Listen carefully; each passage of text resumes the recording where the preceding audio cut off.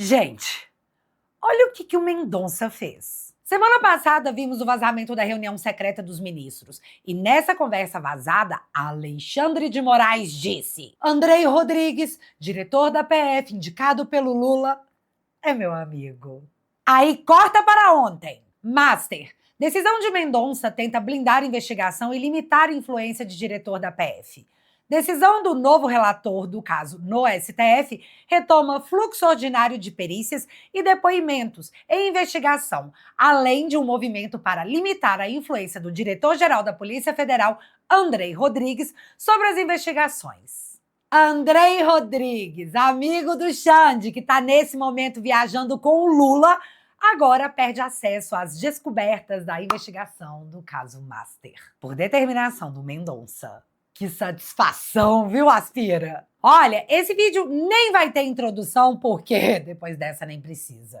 Mendonça parecia inspirado, segundo relatos da CNN, quando ele descobriu que seria o novo relator do caso Master, ele se isolou e foi orar, pedir a Deus sabedoria. E o direcionamento oferecido resultou nisso aqui. Ministro André Mendonça manda Alcolumbre entregar dados de Vorcaro à CPMI do INSS. Ministro do STF reconsidera a decisão anterior e libera acesso a sigilos para continuidade de investigações sobre fraude no INSS e proteção ao patrimônio público. Porque vocês lembram que assim que esses dados bateram na CPMI, o Toffoli mandou lacrar tudo e enviar para o Alcolumbre guardar debaixo da asa dele, no melhor estilo. Me ajuda a segurar esse BO, moço. Não mais. E o Mendonça ainda determinou que nada fique no Senado, tipo, entrega tudo, acabou esse negócio de impedir investigação. Cara do Alcolumbre nesse momento. Não só do Alcolumbre, né? Vai ter muita gente em Brasília que vai precisar apelar para um laxante composto Prime Plus. E é surreal relatar esses acontecimentos em voz alta, galera. Ainda não me acostumei. Mas também não para por aí, já que Mendonça, novo relator, manda a PF trocar nomes de peritos definidos por Toffoli. E, de novo, todos lembram do absurdo que foi o Toffoli mandar a PF lacrar os aparelhos apreendidos para que apenas os peritos escolhidos por ele pudessem analisar os aparelhos, né? Mendonça agora diz para a PF que quem decide quem vai extrair e analisar os dados encontrados nesses aparelhos é a própria Polícia Federal. Ou seja, os absurdos cometidos por Toffoli agora foram neutralizados por Mendonça, que decidiu que as investigações vão correr sem impedimentos de quem quer que seja. E é muito importante que isso tenha acontecido agora, porque para a semana que vem a Polícia Federal me prometeu coisas. PF prepara relatório sobre menções amorais no celular de Vorcaro. Ou seja, o relatório que implodiu o Toffoli da relatoria do Master agora tá chegando pra você, Xande. E usando esse gancho, eu vou comentar as novas peripécias do imperador.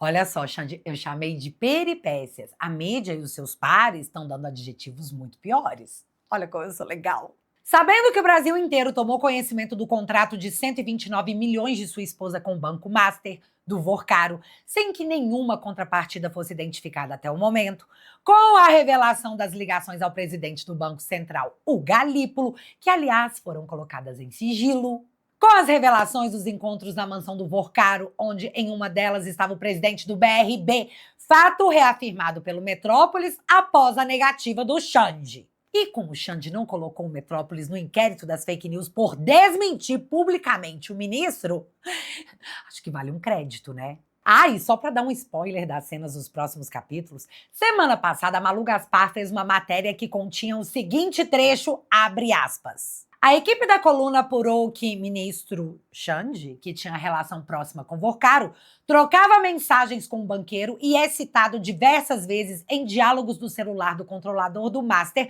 apreendido pela PF, inclusive sobre pagamentos à mulher do ministro. Fecha aspas. Bicho, segundo a Malu Gaspar, o Alexandre tratava dos pagamentos feitos à sua esposa diretamente com o Vorcaro, e que isso é um dos conteúdos em posse da Polícia Federal. Pois é, lembrando que em mensagem Vorcaro colocou os pagamentos da Viviane Bassi como algo prioritário em sua vida, tipo, vamos deixar de comer, mas vamos pagar ela, em minha livre adaptação dramática. Pois é, no meio de todas essas revelações, surgiu a tese de que as informações que chegaram à imprensa poderiam ter saído da Receita Federal. Algo que nós já discutimos aqui que não faz muito sentido, já que a Receita Federal não armazena contratos, nem mensagens de celular. Mas tentar provar que esses dados foram vazados de forma ilegal pela Receita é algo muito importante para o ministro, porque se comprovado que alguma coisa rolou, você não vai ser. Ai, gente, não posso falar que medo de ser presa.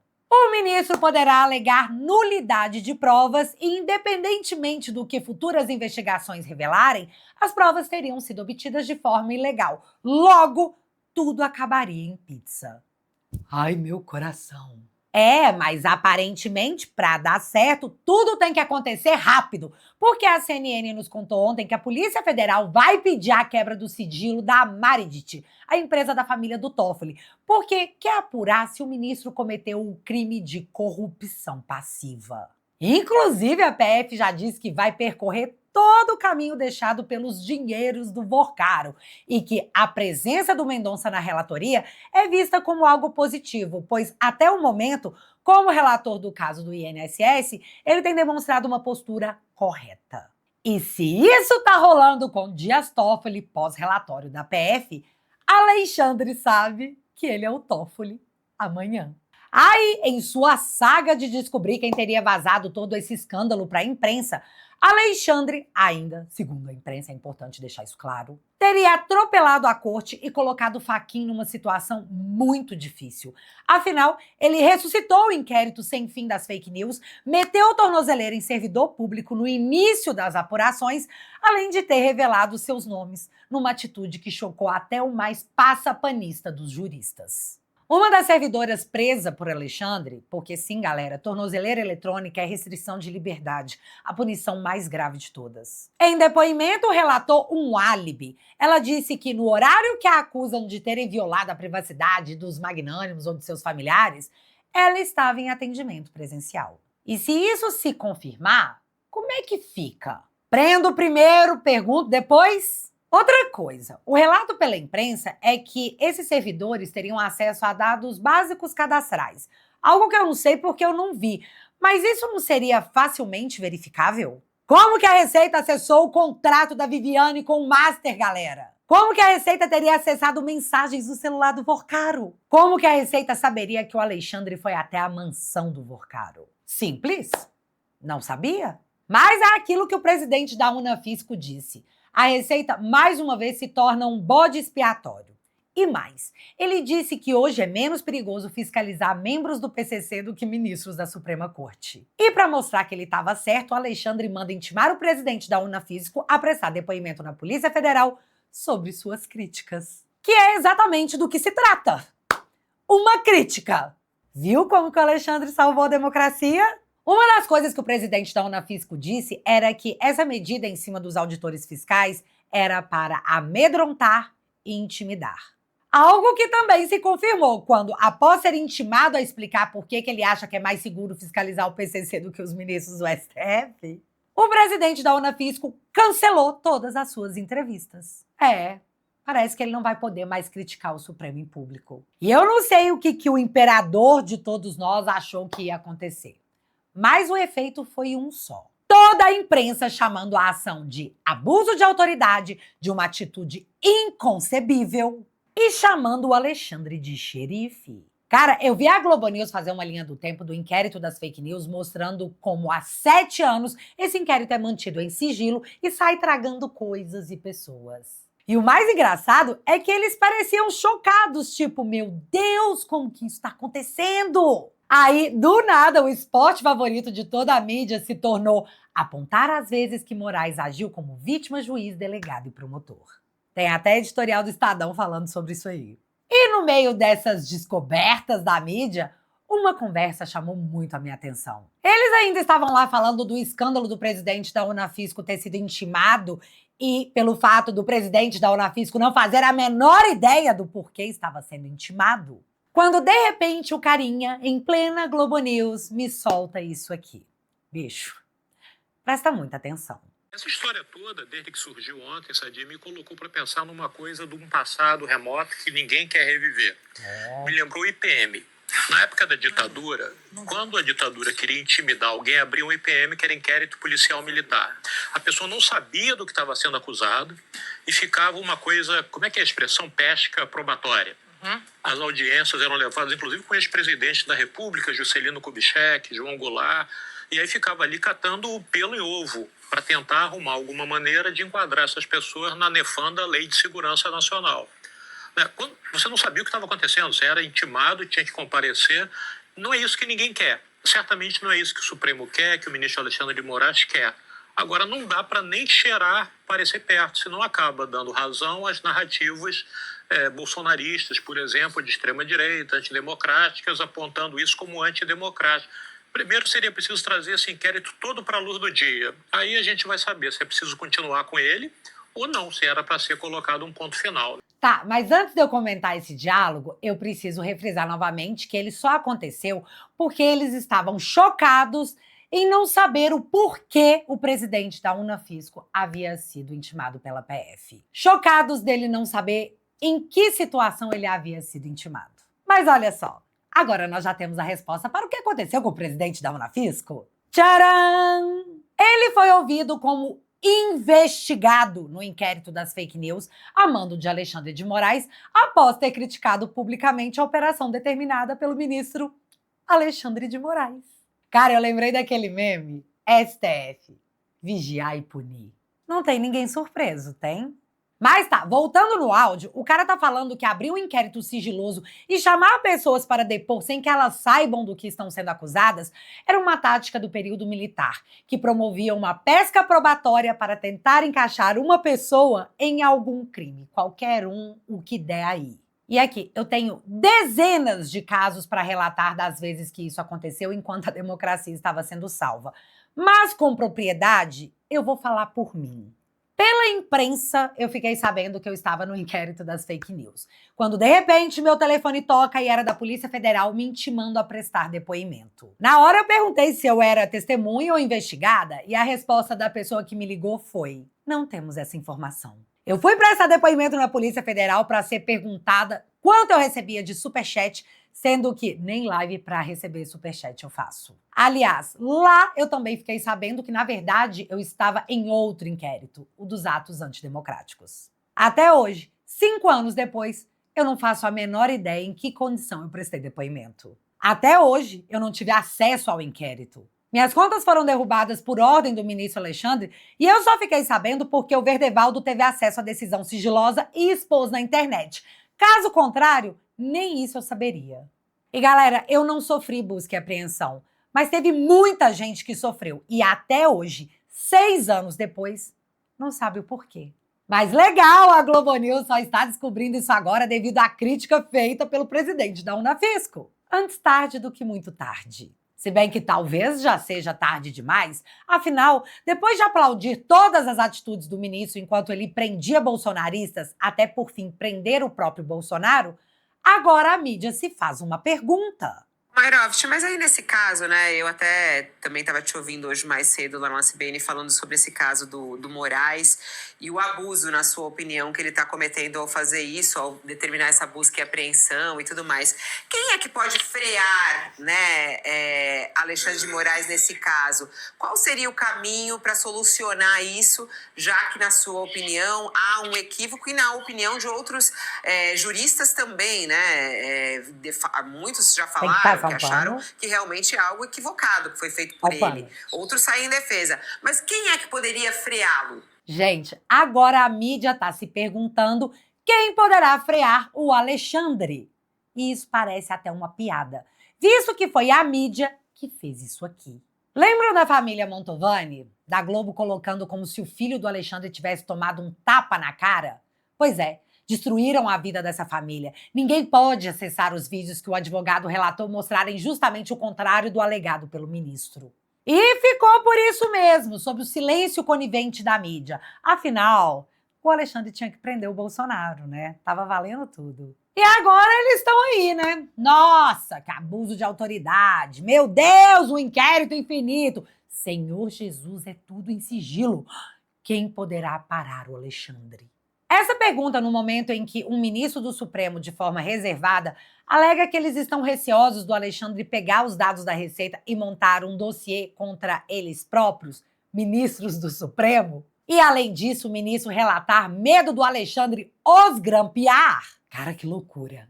Mostra que frear o Alexandre não vai ser tão simples assim como parece. Afinal, o cara tá com sangue nos olhos e vai cobrar geral. Imprensa, banqueiros e executivo, segundo matérias da própria mídia relatadas por um ministro próximo ao Alexandre. Um ministro com sangue nos olhos, gerando medo entre seus próprios pares, na imprensa, no executivo e com a galera que mais tem dinheiro no Brasil. O cara é realmente muito poderoso. Afinal, só um cara muito seguro de si mesmo faria uma foto assim no ensaio fotográfico de livre e espontânea vontade. Tá que depois, sabe-se lá por quê, o fotógrafo apagou as fotos do Instagram. Mas ainda bem que a internet salvou tudo, porque imagina uma imagem dessa se perder e não ser usada na história. Mas devemos todos aguardarmos o relatório da PF sobre o Imperador Supremo Vossa Magnitude Alexandre de Moraes. E que Deus realmente te guie, André Mendonça. Afinal, quais as chances dos dois maiores inquéritos que tragam toda a República cair justamente na sua mão? Master e INSS. Pois é, Deus realmente pode ter te dado uma missão. Sobre o House of Togas. Aguardemos as cenas dos próximos capítulos. Agora deixa eu falar do Gonê, que do nada tá vendo seu nome pipocar nessa série, porque a imprensa, assim como os juristas, começaram a cobrar o Gonê, perguntando se ele não vai fazer nada não, hein? Alerta de spoiler. Não vai. Fonte, vozes da minha cabeça. Gonê se manifestou contrário a domiciliar para o presidente Bolsonaro, dizendo que a Papudinha tem condições de atendê-lo em uma emergência de saúde. Mas vale lembrar que o presídio em que o Collor estava preso também se manifestou dizendo que tinha condições médicas de manter o Collor lá. Mas mesmo assim, o Gonê se manifestou a favor da domiciliar. Entendeu? Não dá para ser mais explícito que isso. Agora falta Alexandre se manifestar sobre a negativa do Gonê, ao qual eu acredito que todos nós que não temos apenas 2 neurônios sabemos qual será a resposta. Aliás, a própria mídia relatou isso inúmeras vezes. Olha só, eu peguei um portal de esquerda para ninguém falar que eu tô sendo seletiva. Bolsonaro pode migrar para prisão domiciliar após a eleição, avaliam ministros do STF. Percepção da corte é de que mudança só deve ocorrer depois do pleito presidencial para evitar interferências. Vocês entenderam? Tudo isso é sabor democracia. Sabor.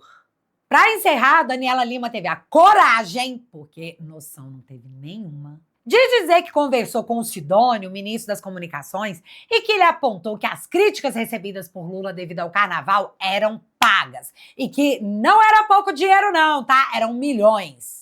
E que ele estava pensando se ele ia acionar a justiça para ver isso aí. Ou seja, galera, não é que as pessoas tenham odiado, é que alguém pagou para elas dizerem que odiaram. Mas isso é só o Sidônio na contenção de danos, já que o dado oficial é esse aqui. Mapeamento aponta indícios da ação de robôs em defesa de Lula por desfile de carnaval. Um único perfil chegou a fazer 5.969 publicações entre 15 e 18 de fevereiro, com picos de até 400 publicações por hora na rede social X. E aí, Sidônio? Quem é que tá pagando postagem na internet? E o mais importante, para tomar um pau ainda por cima. Vai chamar a justiça para investigar?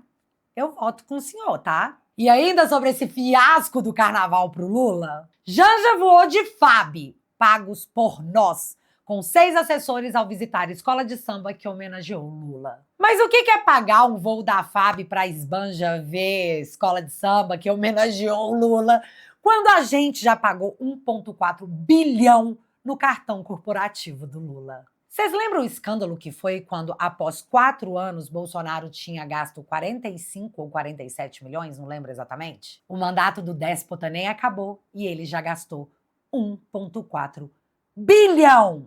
Tá trabalhando bastante para pagar imposto? Pois é, o Lula conta com isso. Mas a notícia ainda melhora. Auxiliares de Lula colocam na conta de Janja tragédia carnavalesca na Sapucaí. Porque sim, estão culpando a Janja porque, segundo os interlocutores da matéria, esse desfile era o sonho dela. Mas eu juro que melhora ainda mais. Janja expulsa filha de Lula de sala de sambódromo e veta a entrada de ministros. Cara, depois de tudo isso, é pra gostar da Janja? Ela é uma infiltrada nível CIA pra implodir o lulismo? Porque chefe de instituto de pesquisa avalia estrago pra Lula do desfile da Sapucaí. Há chances reais de as pesquisas, no início do mês, trazerem Flávio Bolsonaro na liderança, diz diretor em anonimato. Cara, tá tudo explodindo na nossa cara e por isso eu trago pra vocês o Bolsoringa do caos. Prenderam o cara, silenciaram o cara, acharam que o haviam derrotado. Mas eles não poderiam estar mais errados. E como medida final e até desesperada, como sempre acontece, tão previsíveis, começaram agora a mexer de novo no inquérito das joias. Afinal, Bolsonaro sempre será a carta na manga que eles acham que podem usar. Mas o efeito, ainda mais em ano eleitoral, após tudo isso que você ouviu nesse vídeo, pode sair pela culatra. Assim como o carnaval do Lula. E você, acha o que de tudo isso? Me conta aqui nos comentários que eu quero saber. Sério, quero muito saber. E antes desse vídeo acabar, eu quero agradecer demais o Beno, que se tornou um membro fundador ouro e cravou o seu nome na história do meu canal. Meu caro, valeu mesmo.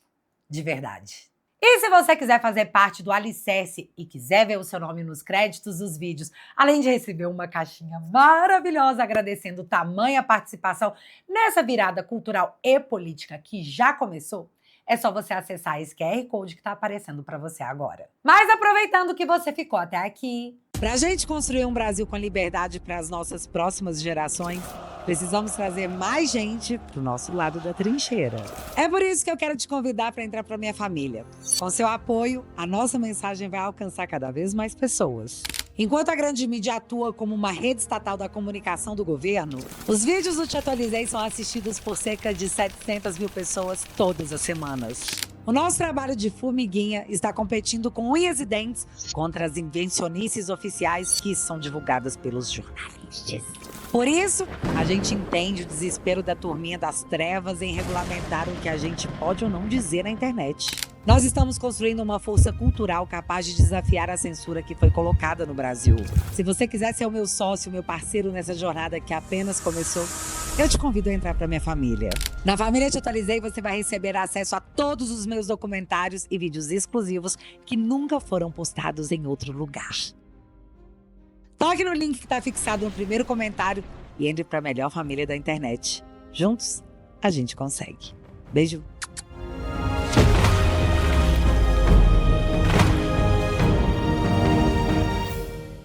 Assinando o teatualizei.app por 10 bonouros por mês, você financia o meu trabalho e em troca eu te ofereço mais do que apenas conteúdos exclusivos. Eu te ofereço uma família na internet, porque lá você pode postar vídeos que considera relevantes, textos e artigos, além de conversar em tempo real com uma galera que pensa igualzinho a gente.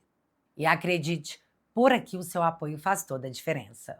Por lá tem vídeo exclusivo toda semana. Então, se você é da família, não deixa de ir lá conferir. Dito tudo isso, se você quiser e puder, o link vai estar fixado aqui no primeiro comentário e desde já, muito obrigada. E se você ainda não é inscrito aqui no meu canal, meu amigo, se inscreve e deixa seu like, porque você já sabe.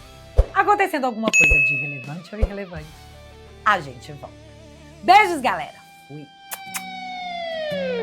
Por muito tempo a gente esperou, viu o poder se fechar e calou. Mentira em rede se multiplicou e até pensar virou alvo e temor. Desumanizam pra impor, rótulo cola no opositor. Antes da lei vem o clamor e a vitrine cobre a dor. A ferida do mundo não tem par, memória exige não repetir.